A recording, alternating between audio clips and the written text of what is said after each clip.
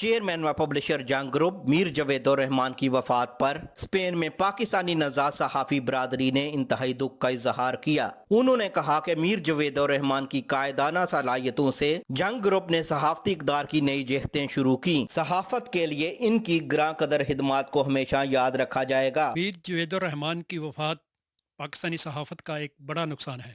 روزنامہ جنگ نے یہاں پاکستانی صحافت کو نئے رنگ دیے، اسی طرح اس نے پاکستان کا پوری دنیا کے اندر ایک نام بھی بنایا۔ آج صحافتی دنیا سوگوار ہے اور دعا گو ہے کہ اللہ تعالیٰ جاوید میر الرحمان کو جنت الفردوس میں جگہ عطا فرمائے اور لواحقین کو صبر جمیل عطا فرمائے۔ میر جاوید الرحمان کی وفات سے صحافت کی دنیا میں بہت بڑا خلا پیدا ہو گیا ہے۔ مرحوم صحافت کی درخشندہ روایات کے امین تھے۔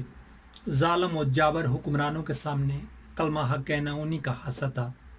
صحافتی دنیا میں ان کی خدمات ہمیشہ یاد رکھی جائیں گی۔ رہنے کو صدا دہر میں آتا نہیں کوئی، تم جیسے گئے ایسے بھی جاتا نہیں کوئی۔